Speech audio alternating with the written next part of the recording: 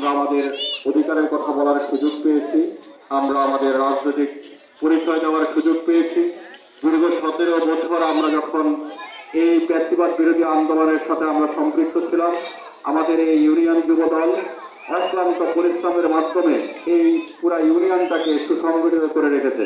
প্রত্যেকটি ওয়ার্ড যুবদলের কমিটি আমরা দিতে সক্ষম হয়েছি, কিন্তু শত প্রতিকূলতার মাঝেও সাত্তাং বশিকপুর ইউনিয়ন যুবদলের বিপ্লবী সভাপতি মহিউদ্দিন ইকবালের নেতৃত্বে সাত্তাং বশিকপুর ইউনিয়ন যুবদলকে যেভাবে ঐক্যবদ্ধ করে রেখেছে, এই প্যাসিবাদের আস্থানার মধ্যে থেকে লক্ষ্মীপুরের উত্তর অঞ্চলের মধ্যে সবচেয়ে ভয়ানক একটি ইউনিয়নের নাম হচ্ছে সাত্তাং বশিকপুর ইউনিয়ন।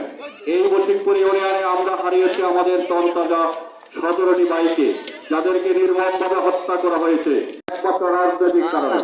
সেই ভাইদের রক্তের বিনিময়ে আজকে আমরা আজকে এই ধরনের মঞ্চ তৈরি করে আমরা সেখানে আলোচনা করতে পারছি।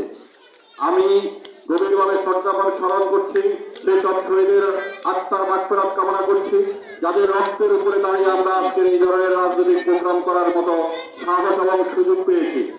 আমি সেই সব শহীদদের পরিবারদের প্রতি কৃতজ্ঞতা জ্ঞাপন করছি এবং সমবেদনা জ্ঞাপন করছি বাংলাদেশ জাতীয়তাবাদী যুবদলের পক্ষ থেকে, সাত্তাং বশিকপুর ইউনিয়ন যুবদলের পক্ষ থেকে।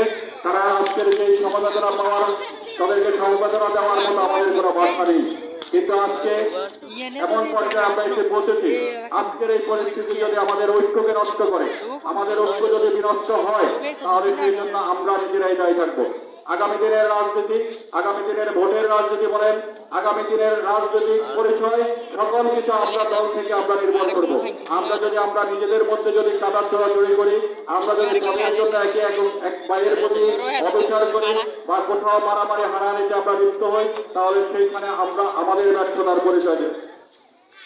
প্রিয় উপস্থিতি, এই পর্যায়ে বক্তব্য দেওয়ার জন্য